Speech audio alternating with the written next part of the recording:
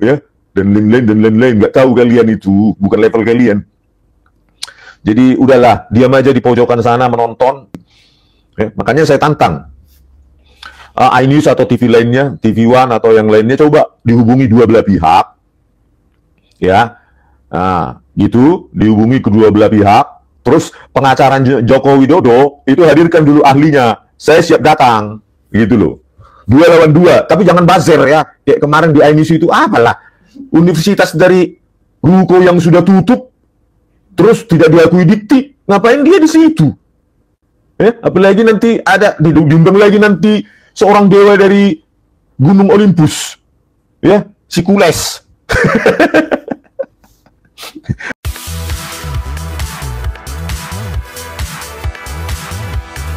Kita berada di sebuah koordinat yang jauh dari Danau Toba ya.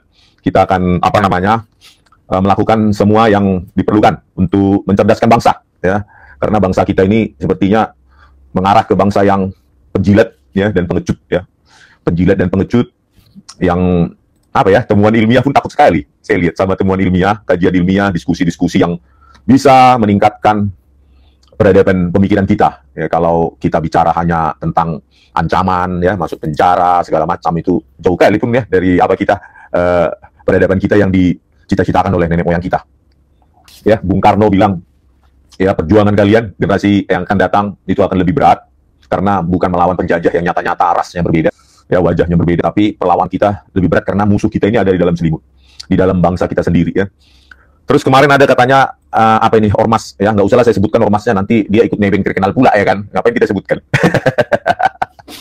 Pelapor menyebutkan 4 orang yang dilaporkan dalam kasus itu, ada sebuah ormas ini, nggak usah kita sebutkan, nanti agak apa dia nebeng-nebeng dia, kan.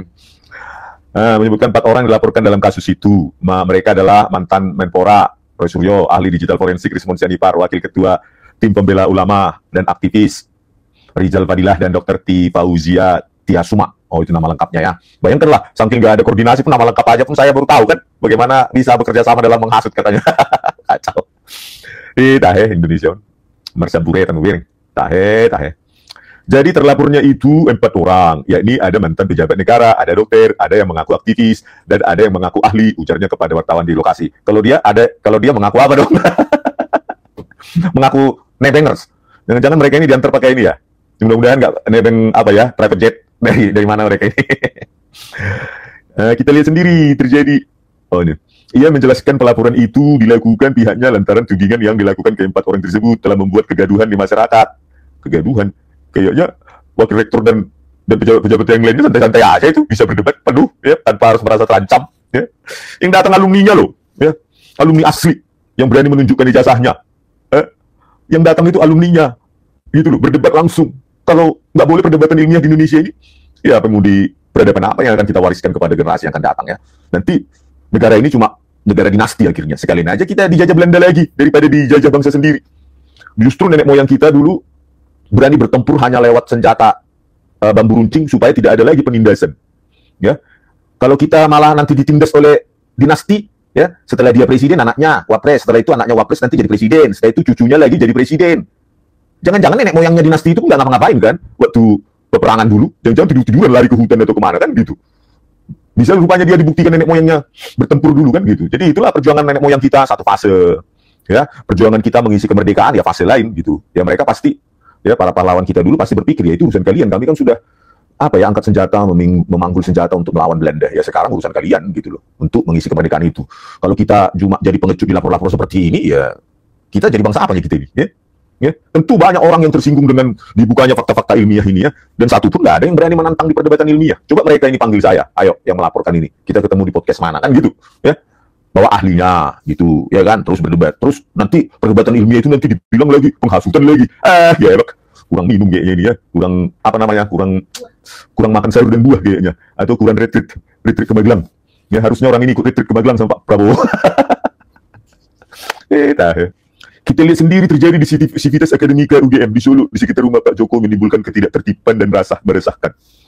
Orang yang datang juga tim TPUA saya kenal tua-tua semua loh, sudah berusia loh. Apa yang mau dibuat baru bapak? Dan mereka berpendidikan semua, berpendidikan tinggi. Saya kenal tuh ada dokter, ada apa, banyak berpendidikan, bahkan sebagian alumni UGM. Ya, apa betul-betul juga meresahkan, kecuali yang itu, yang dewa itu ya, membawa apanya, anggota-anggota dewa apa itu, dewa dari langit itu, ya kan? Yang mengatakan ijazah Jokowi asli, ya, seorang dewa itu entah dari mana itu, dewa Bibatuk, dari Gunung Olympus, ya dewa itu.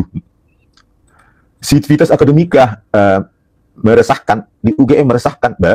Coba kalian lihat dulu demo mahasiswa kan, itu lebih apa? Lebih progresif mereka demo. Kemarin apa coba?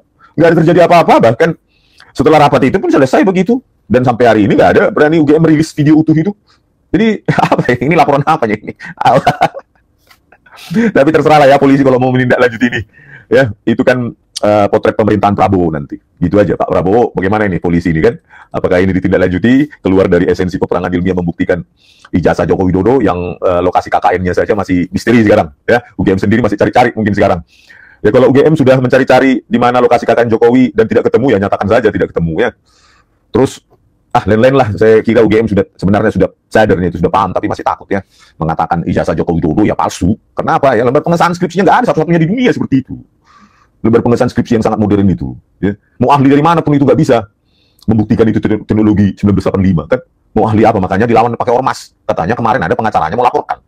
Ya, Joko Widodo lihat pengacaranya. Ternyata yang kita tunggu ormas. Ormas ahar main ormas. Ya. Oh ya, sedang pertama Solo ya hari ini. Datang atau tidaknya Joko Widodo disitulah menentukan bahwa dia tunduk atau tidak pada hukum. Ya, dia sekarang sudah warga negara biasa, harusnya dia datang ke Pengadilan Negeri Surakarta, gitu loh. Kalau ngacir lagi seperti Rektor Ova Emilia, ya begitulah ya. Rektornya UGM-nya kemarin ngacir. Kita lihat nanti nih, Joko Widodo ngacir nggak ini?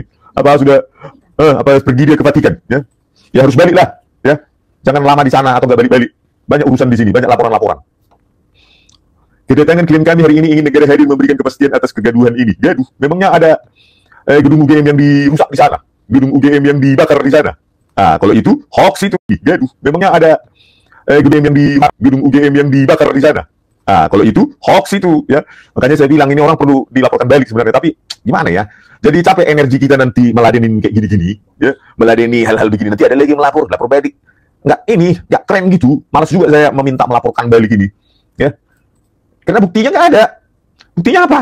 Ya di sana duduk-duduknya atau pengepungnya banyak kan ya. Tim TPUA itu duduk-duduk ada di situ, terus di tempat duduk-duduk di situ berugak besar gitulah ya. Di tengah itu di saungnya Fakultas Kehutanan duduk-duduknya. Kan? Terus Pak Rosuryo orasi di mana? Di bundaran UGM. Nggak ada rusak bundaran UGM itu. Kemarin saya melintas ya as it is seperti sedia kala. Satu bunga pun nggak tercopot dari situ. Satu bunga, ada bunga-bunga di situ tanam di bundaran UGM itu. Nggak ada apa-apanya, nggak ada kerusakan. Ya, rumput aja pun tidak terinjak, rumput pun tidak protes di sana. Aduh ya, membuat laporan itu ya agak basis ilmiah gitu ya, biar peradaban kita itu agak maju gitu ya. Tapi kalau apa ya melaporkan lewat ormas ini bagaimana ini ya, cara-cara rezim sebelumnya ini Pak Prabowo Subianto ini Pak harus diubah lah ini ya, cara-cara rezim sebelumnya dekade ke-8 zaman Joko Widodo ya, lapor relawannya lah, ormasnya lah, pendukungnya, cukupkan itu Pak ya. Pak Prabowo Subianto harus membuka lembaran baru ya, demokrasi sesungguhnya dijunjung tinggi, apalagi ini analisis ilmiah ya. Kalau memang ada yang mau apa dari pihak Jokowi ahlinya, ayo kita ketemu gitu. Mana ahlinya, siapa pengacaranya itu, ajukan, ayo kita bertemu di ILC kah, atau iNews kah, atau di podcast kah, Rakyat Bersuara kah, atau apa gitu. Ini dikit-dikit kegaduhan ya. Rumput aja pun tidak tercabut ya. Bunga-bunga di bundaran UGM pun masih senang dia dikunjungi banyak orang kan. Nggak ada satupun coret-coret di gedung UGM itu, nggak ada apa-apa ya kan. Kalau nggak kan UGM sendiri yang melaporkan terjadi kerusakan, huru-hara, kegaduhan. Buktinya sekarang UGM nggak ada apa-apa. Coba mana ada laporan kerusakan, coret-coret di gedung, kan nggak ada. Setelah itu kita pindah ya, dari kemarin itu, setelah itu pindah ke apa gedung kafenya UGM itu, hotelnya itu UC ya itu apa itu UC atau apa itu. Nah disitulah podcast baik-baik aja di sana. Terus di Solo juga siapa yang memulai itu kan yang mengambil apa orang itu apa ikatan kepala itu ya, dia yang memulai itu, ada videonya itu ya. Hanya karena mentang-mentang itu yang dari lintas ruko yang nggak jelas, nggak diakui dikti itu di sisi kekuasaan malah suka-sukanya ya. Siapanya nama itu nggak usah kita sebut, nanti apa dia apa malah enak dia disebut ya. Dan ada komunikasi dengan tim kuasa hukum Jokowi ya, terserah lah. Buat lagi laporan 1000 lagi laporan. Kurang 1 itu 1000 taruh ya, dia puas kalian. Nanti ada lagi ormas lain lapor lagi. Ormas didirikan tuh apa ya sekarang? Lama-lama semua netizen yang berkomentar pun lapor. Tahem nggak siap berdemokrasi ya. Saya kira banyak orang yang nggak siap berdemokrasi begitu kita ceritakan hal-hal yang ilmiah gitu, hal yang berbau saintifik, bukan apa mistik ya. Mungkin mereka suka mistik ya. Nah, yang berbau saintifik, yang bisa di counter argumen, bisa direkonstruksi orang lain, bahkan bisa berdebat kita ya, ahli lawan ahli. Itu yang harus dikedepankan harusnya. Ini hal-hal mistik mungkin mereka suka ya. Pokoknya benar, pokoknya asli, pokoknya nggak dibilang UGM. Yang lebih berkepentingan menjaga nama baik UGM sebagai alma mater saya daripada kalian yang nggak lulusan UGM gitu loh. Saya, Dr. Suryo, Dr. Tifa dan lainnya, ada kemarin saya live di Kagama Cirebon gitu loh ya, bahwa ada pertentangan di antara alumni UGM, itulah demokrasi gitu loh. Kalian lulusan UGM nggak yang laporkan ini ya kan? Jangan-jangan nggak jelas dari rumah suku yang jangan ikut nebeng-nebeng. Kalau mau nebeng ikut aja private jet ke Amerika atau kemana itu, katanya gratis ya kalau mau nebeng. Ini masalah serius ini, bukan level kalian di sini ya. Ini hal-hal yang saintifik ini ya. Kalian nanti saya ceritakan tentang deep learning nanti nggak tahu ya, font identification nggak tahu ya, dan lain-lain nggak tahu kalian, itu bukan level kalian. Jadi udahlah, diam aja di pojokan sana menonton, biar nanti ini Bareskrim menindaklanjuti laporan tim TPUA yang sudah sejak Desember dan terus udah 14 atau 15 bukti katanya. Nah itu tidak lanjuti, baru di situ peperangan ilmiah. Kalau kita kalah, kita siap di penjara gitu loh. Kalau hukum itu mengatakan seperti itu, gitu loh. Tetapi tanding dulu di sidang pokok, gitu loh. Biar UGM juga dipanggil. Kenapa itu bisa lembar pengesahan seperti itu tahun 1985? Coba tunjukkan dulu lembar pengesahan skripsi tahun 85 di fakultas-fakultas lain. Ada nggak? Kan begitu harus diminta semua. Ya, UGM pun harus diminta itu, gitu loh. Jadi kalau kita berpegang saja sama UGM, terus kalau UGM nanti dimanfaatkan apa penguasanya, pengurusnya untuk jual beli ijazah, kita diam aja. Kan banyak perguruan tinggi, ratusan sudah cabut izinnya, gitu loh. Jangan karena swasta terus PTN nggak mungkin gitu. Ya mungkin, tetap mungkin. Karena apa? Ya, karena mereka dipegang oleh pengurusnya, kan bisa jadi kan begitu. Ya. Jadi kalau kita hanya terima begitu saja, padahal sudah ada indikasi ilmiah yang tidak memungkinkan itu diproduksi tahun 1985, gitu loh. Ya. Inilah demokrasi, indahnya demokrasi. Ya, makanya saya tantang iNews atau TV lainnya, TV One atau yang lainnya, coba dihubungi dua belah pihak, ya, nah, gitu, dihubungi kedua belah pihak, terus pengacara Joko Widodo itu hadirkan dulu ahlinya, saya siap datang, gitu loh, 2 lawan 2, tapi jangan buzzer ya, kayak kemarin di iNews itu, apalah, universitas dari Ruko yang sudah tutup, terus tidak diakui dikti, ngapain dia di situ? Ya, apalagi nanti ada, diundang lagi nanti seorang dewa dari Gunung Olympus, ya, si Kules. Kapasitasnya apa? Undanglah supaya ini mencerahkan publik gitu loh. Saya juga senang kalau misalnya saya dikritik, tetapi secara ilmiah ya. Misalnya ahli dari polisi Muhammad Nual Azhar itu panggil di timnya Joko Widodo, Christopher Harimantrianto misalnya yang menipu di sidang Jessica itu, kasus Jessica ya, dari Bareskrim Polri itu si penipu itu pakai apa namanya e-redsop dan Freemake, mengaku sopir CIA, FBI ya, Interpol, itu dipakai harusnya si penipu itu pakai gabung ke ahlinya Pak Jokowi gitu loh. Baru ketemu kita di apa atau yang lain.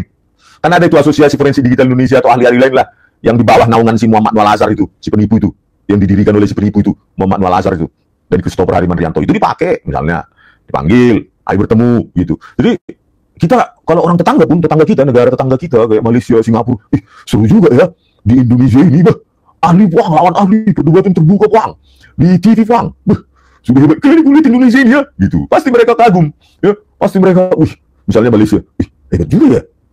TV Indonesia ini bisa berdebat ahlinya Puang, mantap kali, ciri-ciri ada indikasi negara maju ini, gitu. Pasti mereka begitu.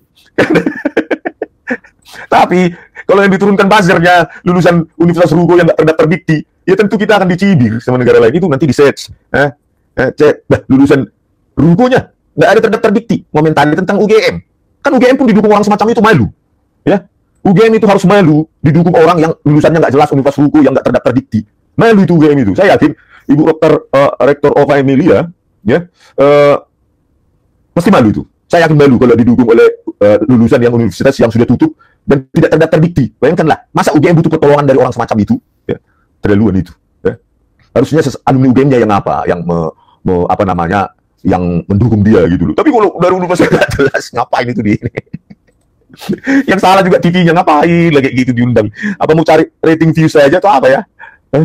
Jadi lebih berbobot apa ya, yang podcast pribadi gitu, yang ada kemarin podcast YouTuber yang membahas tentang apa web scraping ya, web scraping yang menjelaskan tentang asal muasal PDF tersebut, kapan ya, date creation, date modified dan segala macam, itu bagus sekali. Nah seperti itu loh maksudnya wacana publik itu, supaya kita tidak gampang ditipu, bahkan institusi negara sendiri bisa menipu kita ya. Apa rupanya membuat UGM nggak bisa menipu juga? Mereka kan bukan malaikat, orang-orang yang mengurus UGM itu ya, bukan malaikat itu, sama seperti kita manusia biasa. Begitu ada kesempatan bisa menipu dia, begitu ditawarin komisaris bisa menipu. Ya. Oleh karena itu, ya bukti materi yang paling penting daripada pengakuan, bahkan statement yang keluar dari pimpinan perguruan tinggi. Ya. nggak percaya kita apa itu.